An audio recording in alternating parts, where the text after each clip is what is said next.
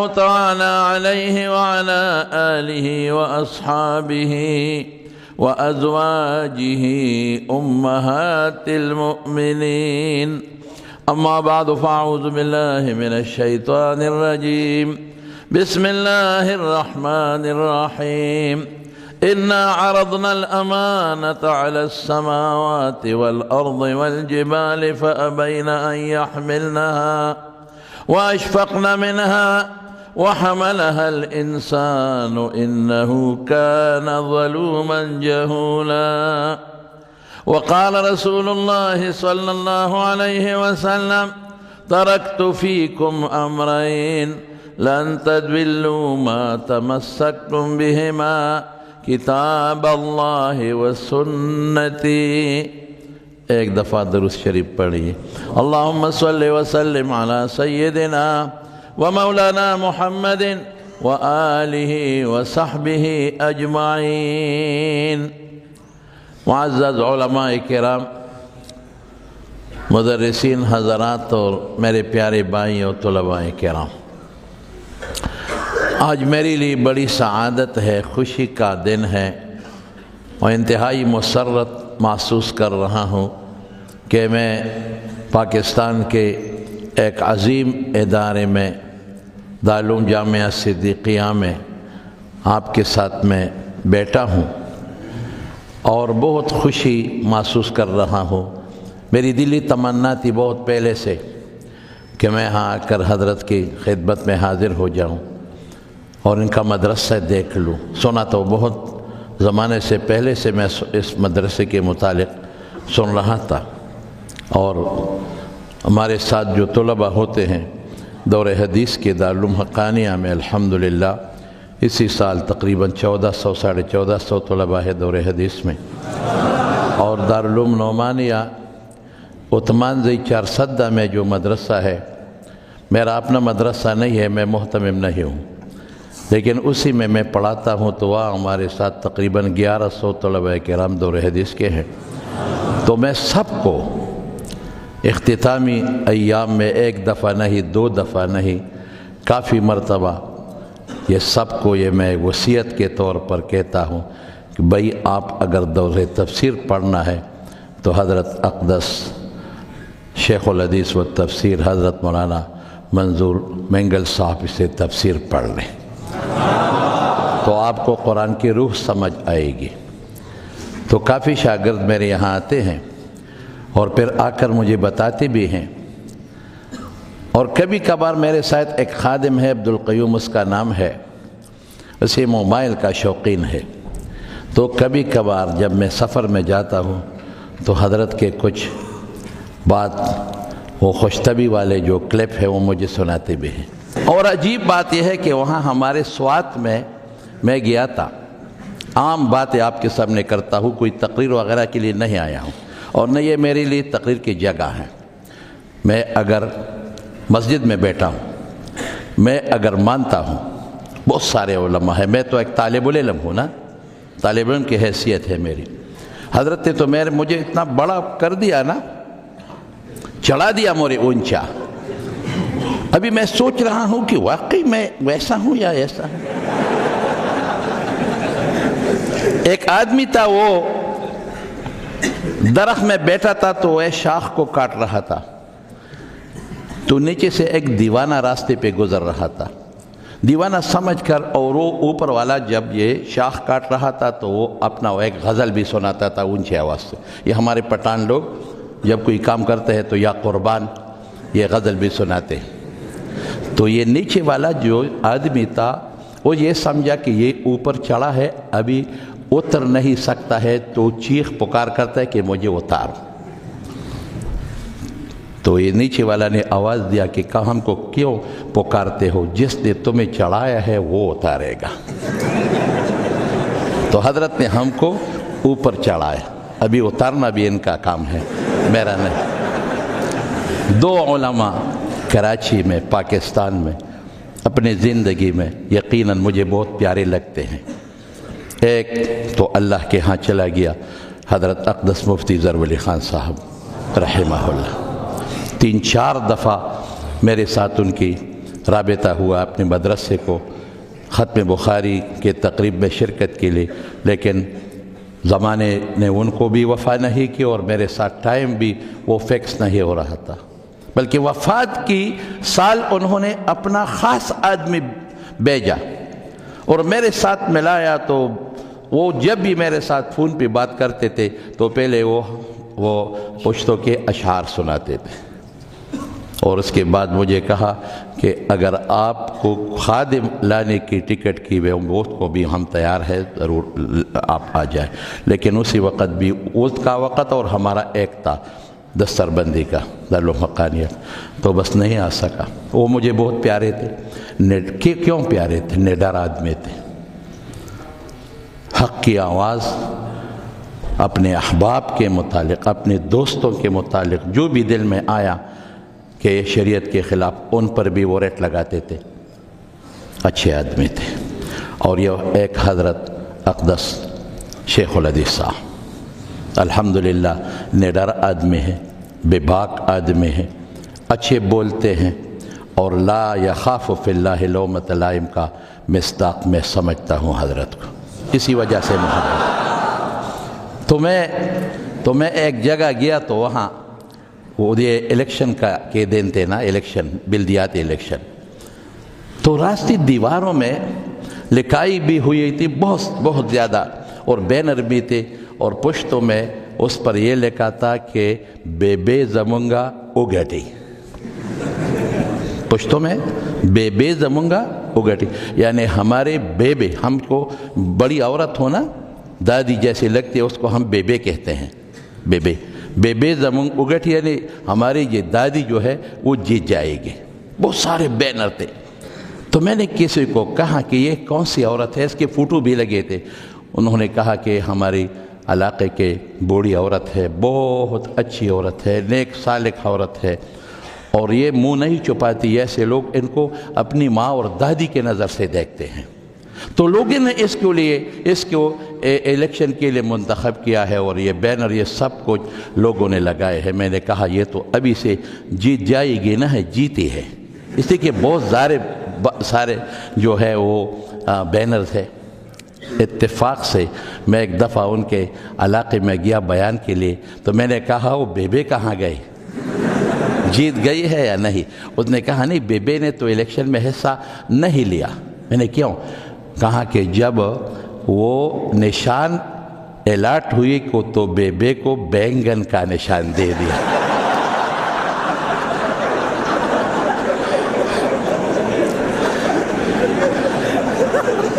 بے نے رات اپنے بچوں کو سب کو کہا کہ خدا رہا الیکشن سے توبہ توبہ توبہ توبہ، یہ سارے بینر ہٹا دو۔ حضرات تفنن میں نے یہ کہا کہ حضرت مجھے بہت پیارے لگتے ہیں، بہت پیارے، اور الحمدللہ ان کی اخلاص کی برکت سے آج یہ بہت بڑا مدرسہ قائم ہے الحمدللہ۔ تو میری دلی محبت ہے۔ ویسے اتنا زیادہ حضرت کے ساتھ میرا کوئی مجالسہ نہیں ہوا ہے، کبھی کبھار ملتے جلتے ہیں، لیکن آج ان کے ساتھ میرا زیادہ نشست ہوا اور کوئی بات شیئر ہوئی دونوں ان کے ساتھ، بہت خوشی ہوئی آپ کو دیکھ کر۔ میں تو سنتا ہوں الحمدللہ، اور آپ کے لیے میں دعا گو ہوں کہ آپ کو اللہ تعالیٰ ایسے جیسا حضرت جیسا نڈر اور بے باک اور حق گو عالم بنا دے۔ یہ بہت کم ہے میرے بھائیوں۔ حضرت نے سند کے متعلق کچھ فرمایا کہ آپ طلباء کو سند دے دیں۔ میں صرف ایک بات آپ کے سامنے رکھتا ہوں، وہ یہ کہ ہمارے دین کے بنیادی دو اصول ہیں جو کسی بھی دین کے نہیں ہیں۔ ان دو اصول سے ہمارا دین دیگر ادیان سے ممتاز ہے اور ممتاز تر ہے۔ یہ کسی بھی دین کے نہیں ہے، یہ ہمارے دین کے ہیں۔ ایک سند، ہم سے رسول اللہ صلی اللہ علیہ وسلم تک جتنے بھی رجال ہے اور روات ہے، رسول اللہ صلی اللہ علیہ وسلم حتیٰ صحابہ کرام و تابعین کے لاکھوں روایات، مرفوع روایت تو کم ہے، آپ کو تو پتہ ہے، لیکن یہ موقوف مقطوع سب کو ملا کر لاکھوں بن جاتے ہیں۔ لاکھوں روایات ہم کو مستقل اسانید سے ملے ہیں۔ اگر ہم یہودیوں کو کہیں کہ آپ حضرت موسیٰ علیہ السلام کا ایک قول، ایک فعل، ایک تقریر سند کے ساتھ ہمیں بتائے، زندگی گزر جائے گی، وہ نہیں بتا سکیں گے۔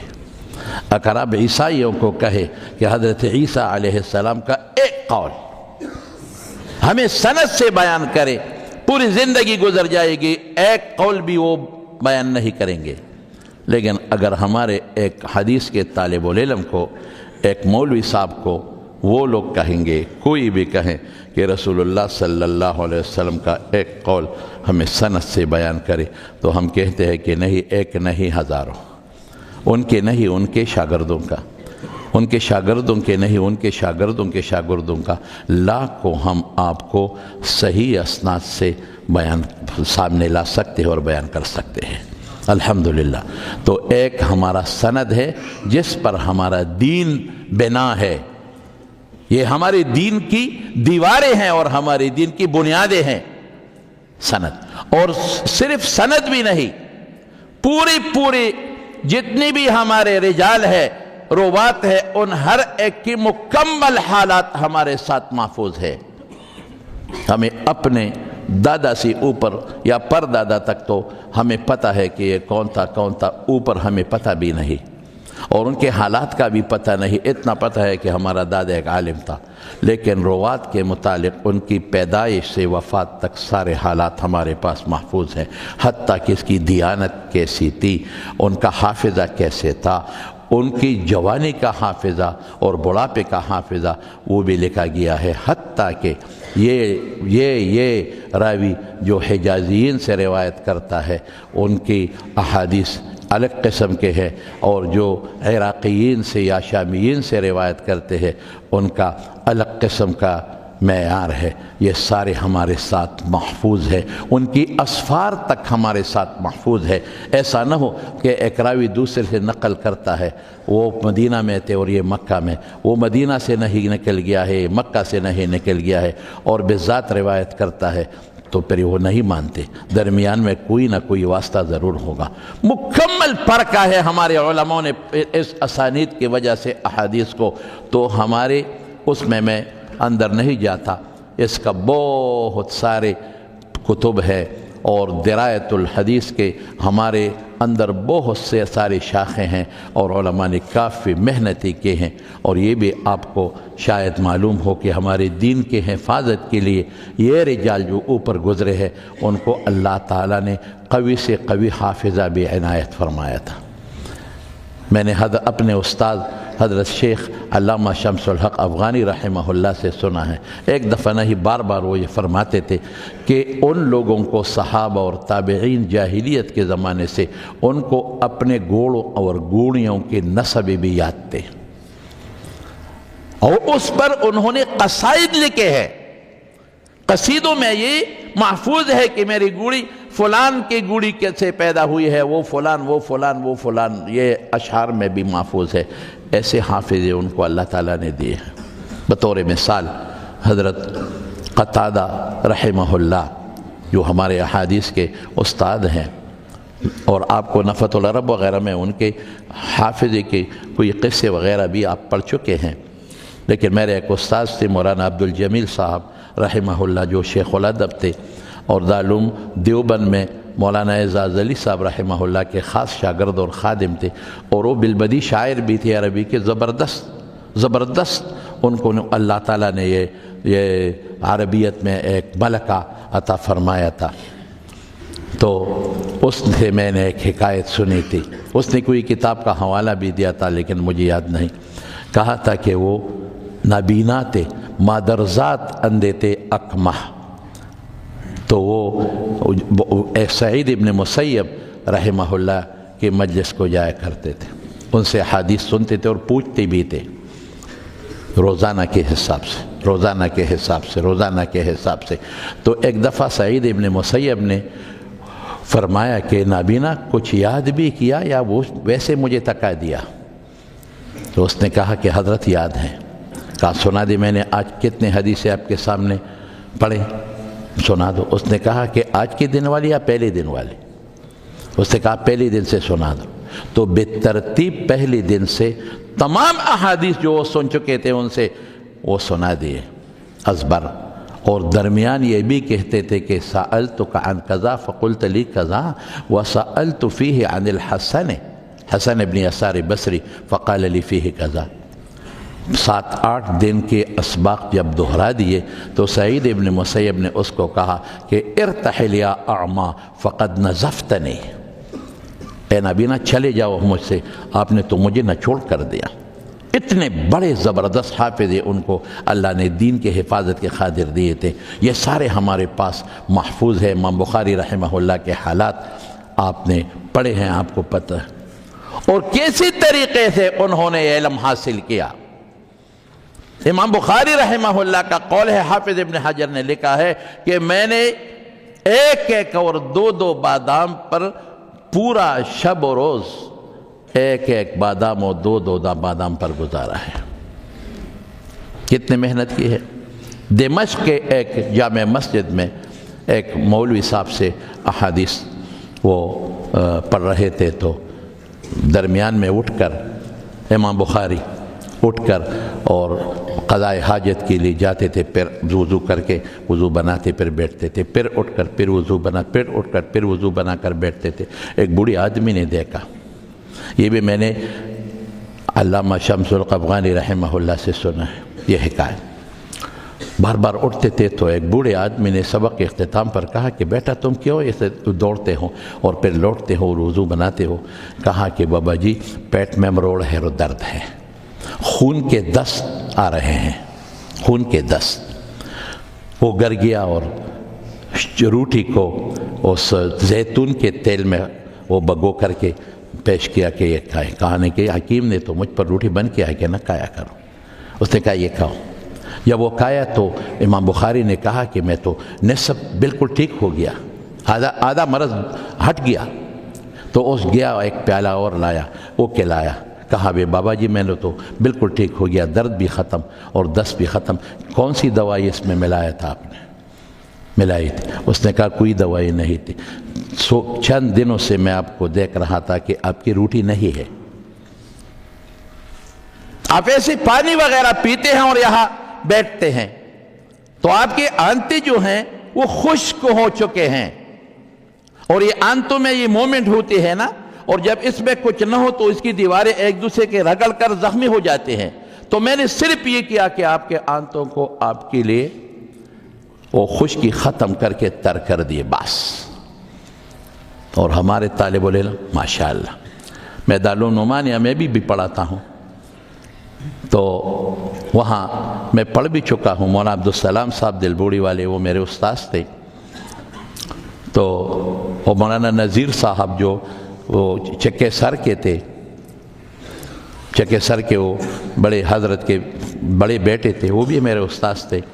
پھر وہاں میں مدرس بن گیا، تو مجھے محتمم صاحب مولانا روح اللہ صاحب نے ایک دفعہ بلا دیا، تو کہا یہ درخواست دیکھو طلباء نے لکھا ہے۔ تو طلباء کو 2 روٹیاں مدرسے کی طرف سے ملتے تھے اور سالن بھی۔ تو طلباء نے اس میں لکھا تھا، میں پشت میں وہ الفاظ آپ کو دہراؤں پھر ترجمہ بھی کروں گا، اس میں لکھا تھا کہ یا درے کا یا درنے کا، یا درے کا یا درنے کا، یعنی اس روٹی کو یا 3 بناؤ یا اس کو بھاری بنا دو۔ ابھی وہ 2 پراپتوں کا گزارا بھی نہیں ہوتا بھائی۔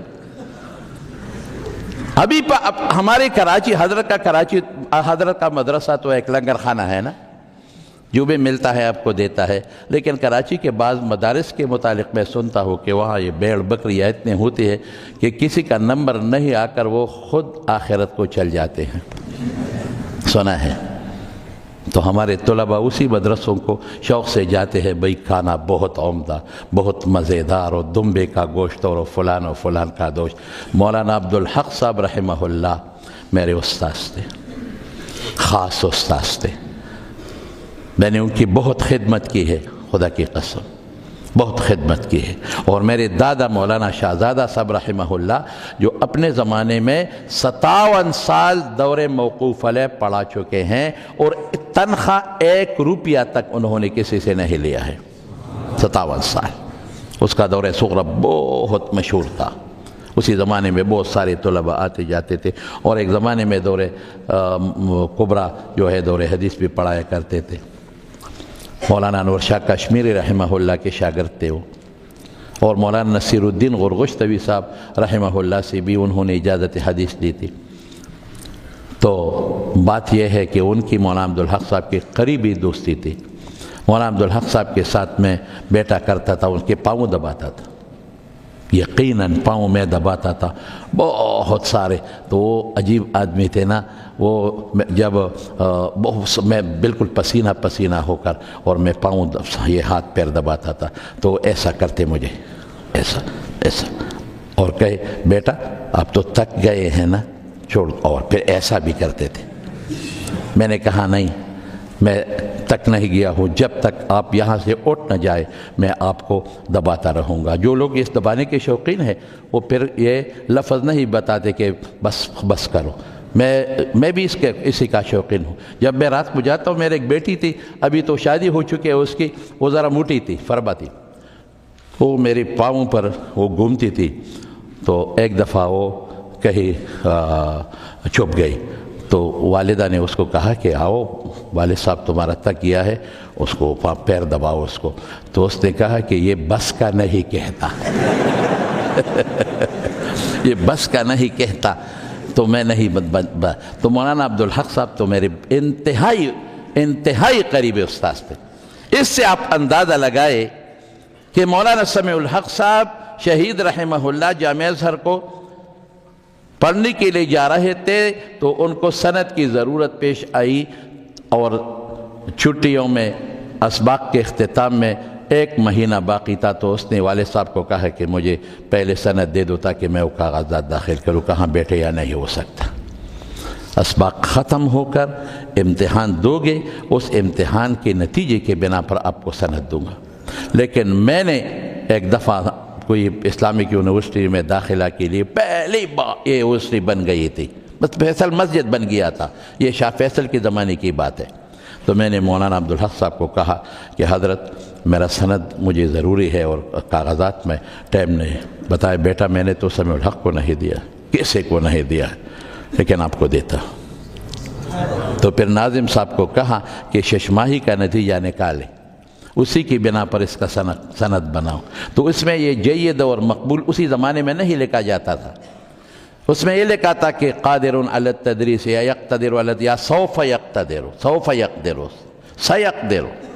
تو میری سند میں اپنے ہاتھوں سے اس نے لکھا ہے، میرے ساتھ اب بھی محفوظ ہے، وہ بڑے والا سند ہے، مصلی والا بڑے والا، اس میں لکھا ہے قادر علی التدریس بالفعل، مولانا عبدالحق صاحب نے لکھا ہے۔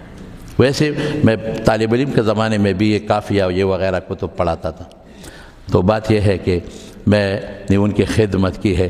ان نے فرمایا کہ میں جب دارالعلوم دیوبند گیا تو وہاں داخلہ کے اوقات ختم ہوئے تھے، اسباق تو شروع نہیں ہوئے تھے اور بعض پیریڈ شروع بھی ہوئے تھے، تو مجھے انہوں نے کہا کہ ہم آپ کو داخلہ دیں گے، آپ پشاور سے آئے ہیں، یہ تو ایک ملک تھا نا پاکستان اور انڈیا، لیکن آپ کی لنگر کا اور کھانے کا بندوبست آپ کے خود اپنے ذمہ، آپ کے لیے جگہ تو یہ ہے کہ مسجد میں آپ رہو، بستر یہاں پھیلاؤ، لیکن کھانے کا بندوبست پر ٹائم ختم ہو گیا ہے، ابھی داخلہ کا ٹائم ختم ہو گیا ہے، تو بس آپ کو داخلہ وغیرہ ہم دیں گے، لیکن روٹی وغیرہ کا بندوبست آپ کا اپنا ہوگا۔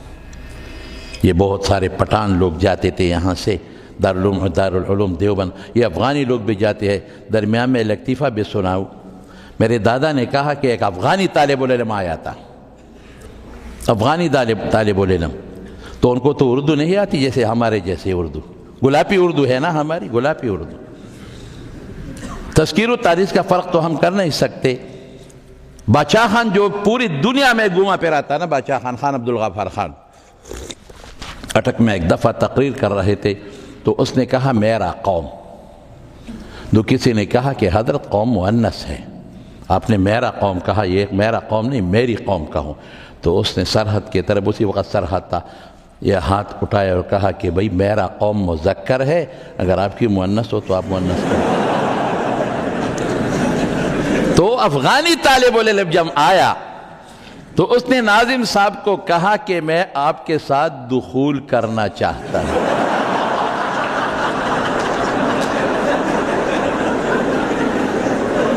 داخلہ لینا چاہتا ہوں کہ بجائے یہ لفظ کہا. وہ تو پٹھانی تھے، افغان تھے نا. یہ بات تو میری منہ سے تو نکل گئی، لیکن حضرت صاحب اس کے پیچھے بھی اپنے تقاریر میں مذاق اڑائیں گے پٹھانوں کی اردو کا. کچھ ایسی بات نکل گئی کہ میں ابھی اس پر بھی پشیمان ہوں کہ حضرت کے سامنے یہ کہہ دیا. تو اس نے کہا ناظم صاحب نے کہ بھائی میں تو پتلا آدمی ہوں نا، بہت پتلا، خدا را مجھ پہ رحم کرو نا.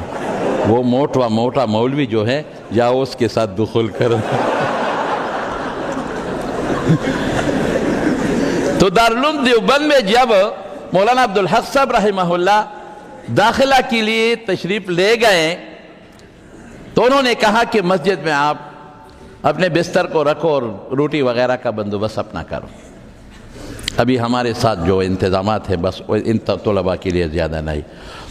اس نے فرمایا کہ میں بہت پریشان ہو گیا کہ بھئی میرے ساتھ تو اس نے پیسے بھی نہیں کہ ہم بازار سے کھانا منگوا لیں، اور یہ ہمارے پٹھانوں کا جو وظیفہ کا سسٹم ہے یہ تو وہاں ہے نہیں، کیا کریں.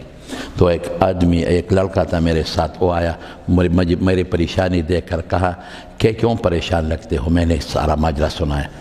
تو اس نے کہا کہ اگر آپ کی نصف روٹی پہ گزارا ہوتا ہے اور تھوڑی سی سالن تو میں آپ کو روزانہ کے حساب سے لا دوں گا. میں نے کہا ٹھیک ہے. پورے سال اسی طالب العلم دے نصف روٹی اور تھوڑا سا دال وغیرہ ایک پیالی میں مجھے صبح اور شام کو وہ لاتا تھا اور میں کھاتا تھا. کہاں پوچھو نہیں کہ کہاں سے لاتے ہو. جب سال گزر گیا اور وہ بندہ بھی قندہاری تھا، قندہار کا تھا. سال کے بعد میں نے پوچھا کہ آپ نے یہ نصف روٹی اور یہ نصف پیالہ دال کہاں سے مجھے دے دیا. اس نے کہا کہ میرے لیے دارالعلوم دیوبند سے ایک روٹی مقرر تھی، ایک پیالہ دال، تو میں نے آپ کے ساتھ بانٹ لیا، نصف آپ کا اور نصف میرا. یہ تھے طالب العلم. میں نے کہا وہ قندہاری طالب العلم وہ ابھی ہوگا یا نہیں ہوگا، کتنا خوش قسمت کہ اس کی آدھی روٹی پر شیخ الحدیث مولانا عبدالحق جیسی شخصیت پیدا ہو گئے.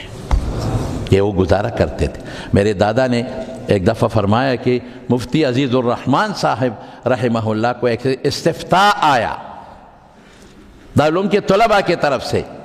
اس میں لکھا گیا تھا کہ دارالعلوم دیوبند کے سالن پہ وضو جائز ہے یا نہیں. صرف پانی ہے نا، اس پہ وضو جائز ہے یا نہیں. اوہو. مفتی صاحب نے محتمم صاحب کو کہا کہ یہ تو اشارۃ النص سے کوئی اور چیز کا تقاضا کر رہا ہے. عبارت النص الگ ہے، اشارۃ النص الگ ہے. سمجھ گئے وضو جائز ہے یا نہیں. تو فقی مسئلہ تو انہوں نے بیان نہیں کیا. فقی مسئلہ تو الگ ہے کہ ایک چیز میں جب ایک صاف پاک سی چیز وہ گر جائے، پانی میں مل جائے اور پاک ہو، تو اگر کہ اس کی کوئی وصف بدل جائے تو اس پر وضو طہارت جائز ہے. جیسے پانی میں وہ خوشبو آپ ڈالیں یا صرف ڈالیں یا کوئی صابن وغیرہ، اس پر آپ نہا لے کوئی. لیکن اگر گندی چیز گر جائے تو پھر نجس ہوتا ہے. اگر نام پانی کا بدل گیا، سبز چائے جو یہ ہمارے افغانی لوگ پیتے ہیں نا، سبز چائے، اس میں تھوڑا سا اتنا چائے ڈالتے ہیں اور کہتے ہیں ہم نے 40 پیالے سلویخ موچ کھیلے، دیرش موچ کھیلے. یہ کہتے ہیں بھئی ہمارا یہ کالی چائے دودھ والی 40 پیو پتہ چل جائے گا، تو تھوڑا سا چائے ڈالا ہے نا. تو اس پر وضو جیسی جائز نہیں کہ نام بدل چکا ہے. نام پانی کا ہو اور وہ یا صاف ہے، سیلان وغیرہ رقیت وہ بھی ہوں، لیکن وہ جواب اس نے نہیں دیا. مفتی صاحب نے لکھا، آپ نے لکھا ہے کہ اس پر وضو جائز ہے سالن پر یا نہیں. جائز نہیں اس لیے کہ اس میں سرخ مرچ ہے، سرخ مرچ ہے اور اس کا بو بھی بدل چکا ہے اور کوئی اور گڑبڑ بھی کرے گا اس کو، تو اس پر وضو جائز نہیں. تو پھر ناظم سے کہا کہ ایک دیگ ہے، بڑا دیگ، کتنا دال ڈالتے ہو؟ کہاں ایک چلو، کہاں دو ڈالا کریں۔ اسی سالن نے مولانا یوسف بن نوری بنایا ہے، اسی سالن نے حضرت اقدس مولانا سلیم اللہ خان صاحب بنائے ہیں، اسی سالن نے مفتی محمود اور مولانا غلام غوث ہزاروی، علامہ شمس الحق افغانی جیسے لوگ پیدا کیے ہیں۔ یہ نہ کہو کہ فلان مدرسہ میں گوشت ہے نہیں ہے اور یہ ہے، یہ تو چند معروضات تھے آپ کے سامنے میں نے پیش کی۔ لیکن ایک بات اور بھی ہے، ہمارے فضلہ جب آپ یہاں سے فارغ ہو جائیں تو اللہ کی رضا کے لیے تدریسی خدمات وہ سر انجام دو، بالکل کسی بھی تنخواہ وغیرہ کا سوچ بھی نہ لو۔ تنخواہ ملے گا یا نہیں ملے گا، رزق اللہ کے ہاتھ میں ہے، روزی رسان اللہ ہے۔ اور ہے تو ایسے ہماری تنخواہ کتنی ہوگی؟ ہمارے وہاں پختونخوا میں تو 4,000 اور 5,000 سے بڑی تنخواہ ہے نہیں۔ یہاں کراچی والے محتممین حضرات مالدار ہے، شاید کوئی 40 50 60 دیتے ہوں، لیکن وہاں تو ہمارے اور یہ بیچارے جو حافظ ہیں ان کو 3,000 اور 4,000 کی تنخواہ ماہانہ کے طور پر ملتی، خدا کی قسم۔ ایک سے میں نے پوچھا کتنی تنخواہ، کہا 3,000 ماہانہ۔ بڑی شیخ الحدیث کا تنخواہ 15,000 اور 20,000 اور 10,000، یہ ہماری تنخواہیں ہیں وہاں۔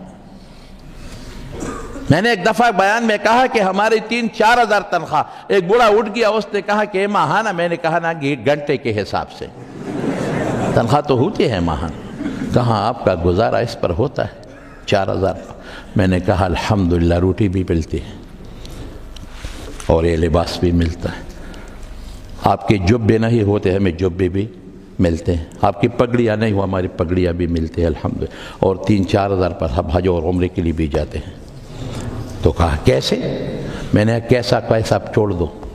کہا یہ کیسا؟ میں نے کہا کیسا چھوڑ دو؟ کہا یہ کیسا؟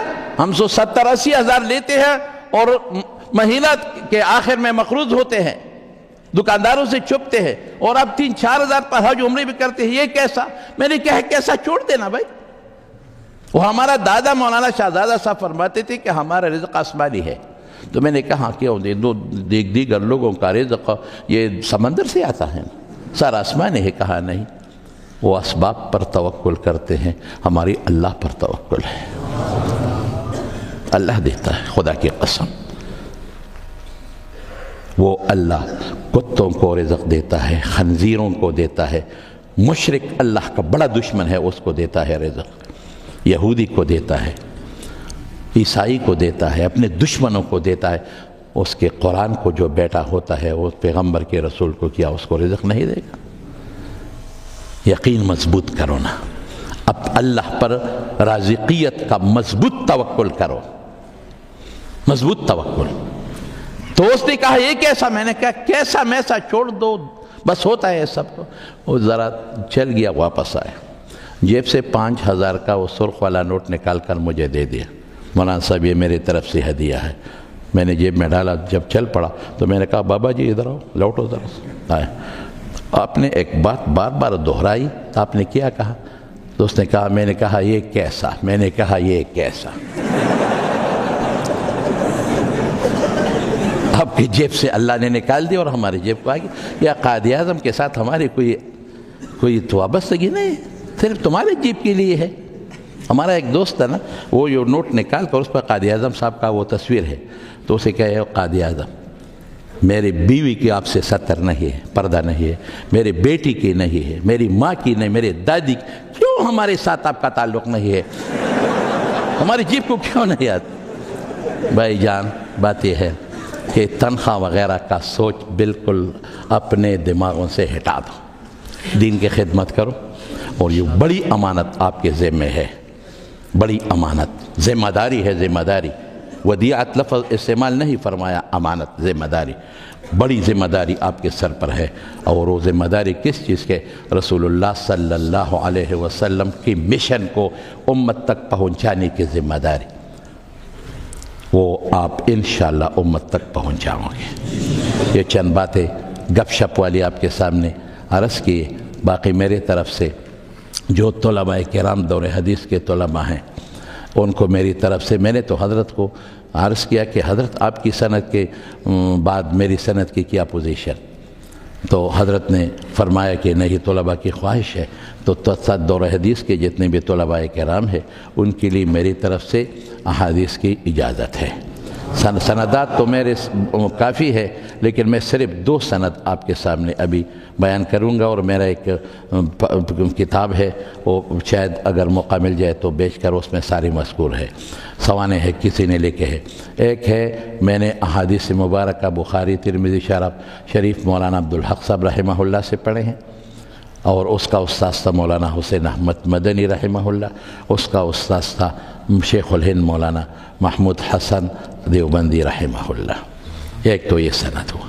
دوسری میرے استاذ تھے جس سے میں تفسیر پڑھا ہے، یہ سورہ بقرہ، اور احادیث کے مجالس میں بھی ان کے ساتھ میں بیٹھا کرتا تھا، اور ہر روزانہ کے حساب سے تقریباً میں ان کی مجلس میں جایا کرتا تھا۔ بہت محبت تھی وہ میرے ساتھ، اور جب بیانات کے لیے جایا کرتا تھا بیٹوں کی وجہ کے علاوہ مجھ کو ساتھ وہ لے جایا کرتے تھے۔ انتہائی بیٹوں جیسی شفقت تھی حضرت مولانا شمس الحق افغانی رحمہ اللہ شیخ الاسلام، انہوں نے بھی مجھے احادیث مبارکہ کی اجازت دی ہے اور سند بھی دیا ہے، اور انہوں نے علامہ انور شاہ کشمیری رحمہ اللہ اور علامہ شبیر احمد عثمانی رحمہ اللہ ان کے استاد تھے، اور آگے سند آپ کو معلوم ہے۔ تو یہ 2 میں نے آپ کو وہ سند بیان کی۔ میرے دادا بھی میرے استاذ تھے مولانا شہزادہ رحمہ اللہ، مفتی محمد فرید صاحب بھی میرے استاذ تھے دارالعلوم حقانیہ میں، اس کا استاذ تھا مولانا نصیر الدین غرغشتوی رحمہ اللہ، اس کے 2 استاذ تھے مولانا حسین علی پنجابی اور قاضی قمر الدین صاحب رحمہم اللہ، شاید آگے آپ کو حضرت پھر بتائیں گے۔ تو میری طرف سے آپ کو انہی شروط پر اجازت ہے جن شروط پر حضرت آپ کو اجازت دے دے۔ اللہ آپ کو خوش رکھے، اللہ اس ادارے کو کامیابی سے ہمکنار فرمائیں۔ حضرت اقدس کو دعا کرے کہ اللہ ان کی عمر میں، ان کے علم میں مزید برکت عطا فرمائیں۔ تخصص طلباء اور اساتذہ اجازت ہے؟